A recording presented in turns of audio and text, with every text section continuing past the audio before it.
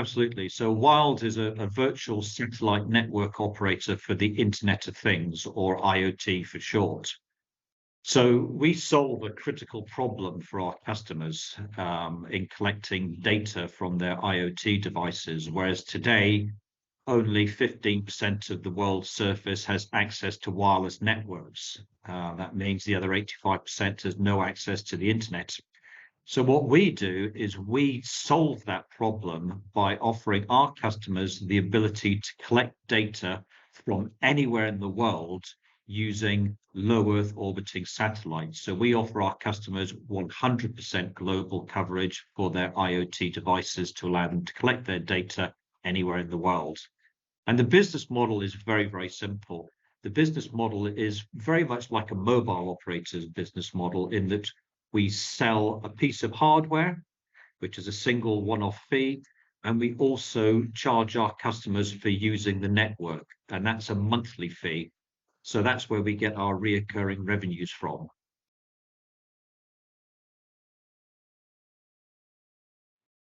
Well, as you know, we've got a substantial purchase order backlog, about 92 million kroner at the moment, and we're on plan to start to ship in volume this year, starting sometime in Q3, but starting to ship in volume this year to actually turn those orders into revenue. So we're currently on plan at that stage.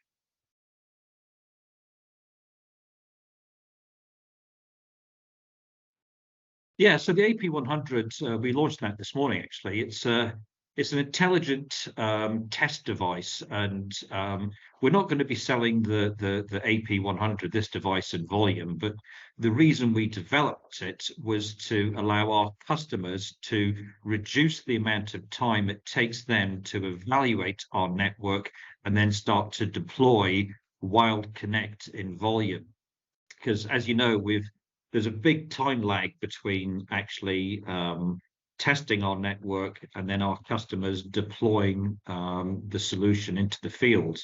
And this device allows our customers to reduce the amount of time it takes from testing the network to actually deploying our Wyld Connect modules into the network. So it will reduce the time it takes to actually go from test to revenue. So we believe this will support our customers and also support Wyld moving forward.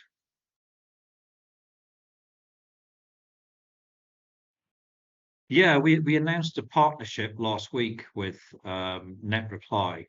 It's a great partnership, and I'll just explain a bit about who Reply are. So Reply are a system integrator and a consultancy house. They're a very large company.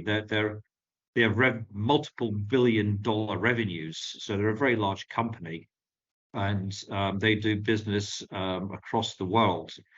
And as a system integrator, what they do is they basically contract to governments, to large corporations in the oil and gas space, in the agricultural space, in the logistics space, and they add value by bringing different products together and creating end-to-end solutions. So Reply will act as a reseller of Wyld product, but not just reselling Wyld product. They'll be actually integrating and adding value. So they'll be taking complete solutions, including Wyld Network solution, to their customers. So we see this as a fantastic partnership in consideration of the fact they're such a large company and they've got a global reach. We believe they'll be able to get to a far greater number of customers than we could. So we're very, very happy with this relationship with Reply, and looking forward to it generating revenues for Wyld.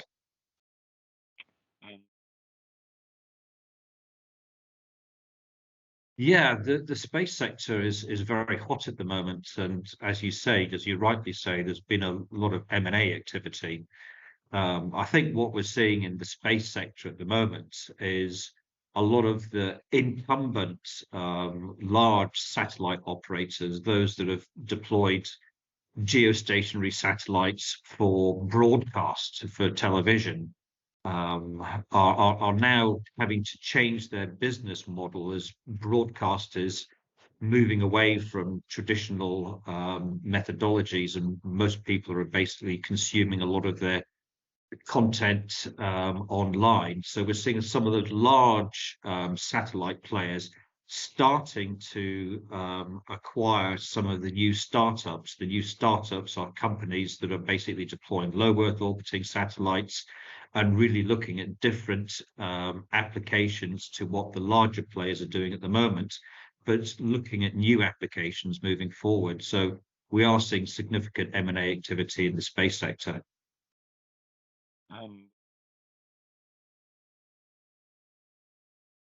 Goals for 2023 are very, very simple. They've been the same goals that we've had for the last 6 months. And that is really to start to convert these large purchase orders we have, to start to convert the 92 million kroner in purchase orders we have into revenue by starting to ship in volume. So that's our first goal. Our second goal is really to start to develop the 5G NB-IoT capability. As you know, at the moment, we're supporting LoRaWAN as a technology to send data to satellites, but we're also have plans in place, and we actually currently are in the development phase of adding 5G NB-IoT to our capabilities. So that, in effect, will double the size of the market we're going after from an addressable market of about $670 million to about $1.3 billion.